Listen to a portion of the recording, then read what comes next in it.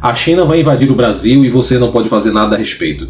Olá, camaradas, tudo bem com vocês? Eu espero que sim. Retomando aqui as atividades do perfil com essa produção de vídeos que eu pretendo fazer, eu quero propor hoje uma reflexão sobre um tema que muito tem me interessado em termos culturais, que é essa meio que invasão da cultura oriental aqui no Ocidente, mais especificamente de produtos ligados ao Japão, à Coreia do Sul e principalmente à China, por conta mais do Nisa 2, o Renascer da Alma, que é aquela animação do ano passado que se tornou nada mais nada menos do que a produção cinematográfica mais lucrativa de 2025. Foi a que mais arrecadou em todo o mundo, mas estranhamente ela foi meio que quase ignorada por aqui, mas aí eu chego lá.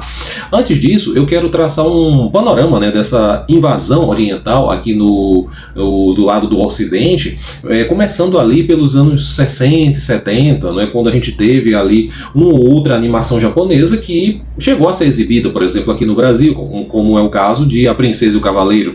E nos anos 80 a gente teve ali aquele boom dos chamados tokusatsus, né, que é o Changeman, Flashman, Jaspion, Black Kamen Rider, que, querendo ou não, fez bastante sucesso por aqui. Lá no Japão nem tanto, porque como era tipo uma série de vários e vários personagens, então acaba sendo meio que mais um para eles. Aqui fez mais sucesso, inegavelmente.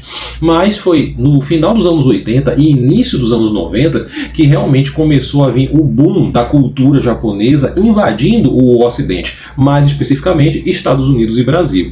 E aí o embaixador disso, quem começou isso, quem deu essa virada de chave para que isso acontecesse, foi ninguém mais, ninguém menos do que a obra Akira, mais especificamente o anime, que foi lançado em 88 pelo mesmo autor do mangá, que é o Katsuhiro Otomo.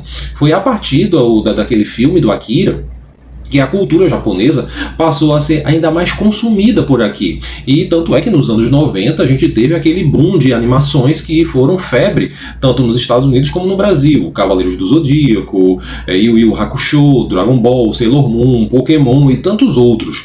Só que é interessante notar que nos anos 80 e nos anos 90 houve meio que um monopólio do Japão em relação a essa invasão de produtos culturais. Só que ali na virada dos anos 90 para os anos 2000, outro país entrou nessa invasão cultural, outro país entrou nessa questão do soft power aí em outros países, que é a Coreia do Sul, mais especificamente por conta dos seus filmes aí, principalmente com produções como Old Boy, do Park Chan-wook, né, e chegou ao auge ali nos anos de 2019, 2020, quando a gente teve a estreia de Parasita, que inclusive ganhou o Oscar de melhor filme de 2020.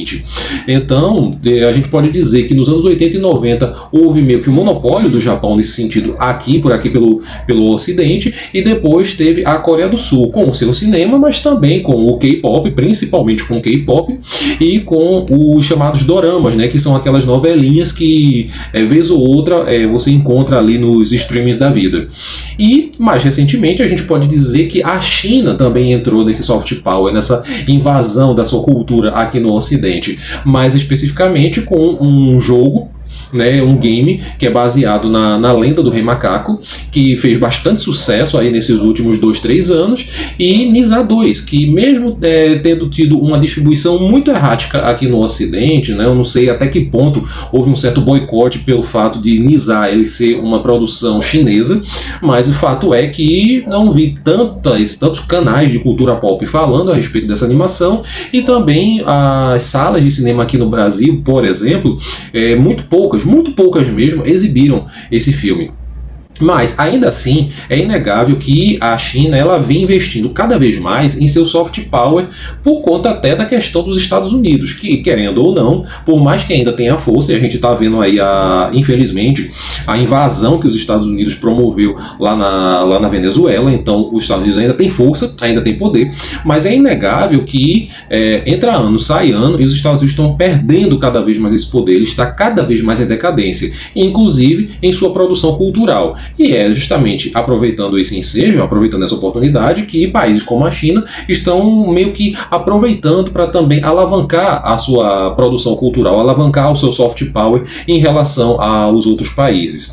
E só que é interessante também notar, e aí já é uma opinião muito particular, né, da minha parte, é de achar que a gente poderia, aqui no Brasil, aproveitar essa oportunidade, esse ensejo, meio que essa guerra cultural entre os Estados Unidos e a China, nesse embate de soft powers, né, entre esses dois países, e a gente aqui poderia aproveitar para fomentar ainda mais a nossa cultura, né? O Estado ele poderia aproveitar esse momento para investir ainda mais em nossa produção cultural, investir ainda mais em uma identidade cultural através de certos produtos, para que, por exemplo, o nosso cinema ele fique cada vez mais popular, ele fique cada vez mais prestigiado e possa ser produzido numa escala realmente maior do que é hoje e com mais facilidade. A nossa música também tem mais potência em relação à entrada em outros mercados aí mundiais, e também outras formas de mídia, como HQs também, games, e por que não? Então, eu acho que aqui no Brasil a gente poderia aproveitar essa oportunidade que está tendo, né, dessa guerra cultural, desse soft power aí entre Estados Unidos e China, para aproveitar e fortalecer ainda mais a nossa cultura, fortalecer ainda mais a nossa indústria cultural, que, querendo ou não, por mais que de vez ou outra você tenha um produto, como por exemplo, Ainda Estou Aqui, o Agente Secreto, que conseguem furar bolhas, que conseguem transpor barreiras, ainda assim é muito pouco. Então a gente precisaria ter uma produção cultural, um soft power muito mais desenvolvido, com um Estado muito mais financiador nesse aspecto por aqui. Então acho que a gente poderia, né, aproveitar essa oportunidade.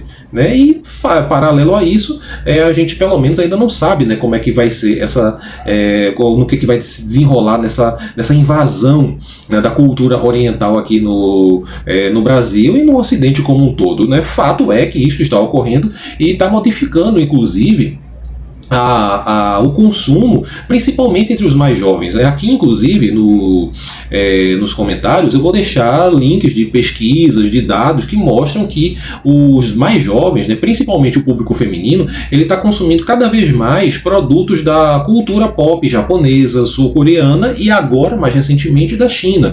Então, é um dado isso, é uma constatação. Até que ponto isso vai ser bom ou mal? Bem, eu não estou aqui para fazer nenhum julgamento moral a esse respeito, né?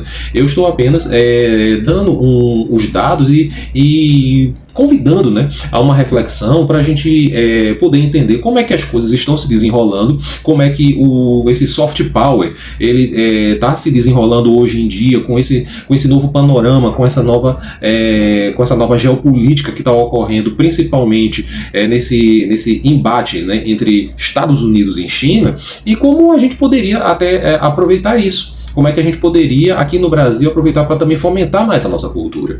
Mas, enquanto isso, vamos aproveitando muitos desses produtos culturais que estão sendo lançados aqui no Brasil, principalmente ali da China, né, o caso de Nisa 2, que para mim é um dos melhores filmes do ano passado, disparado. Só que, como eu disse também, infelizmente parece que houve um certo boicote, houve um certo preconceito em relação à animação, porque ela tinha tudo para ser um grande sucesso, um grande arrasa-quarteirão em nossos cinemas. Mas, por algum motivo, pouco se falou nos principais canais de cultura pop e as salas de cinema que passaram esse filme foram mínimas.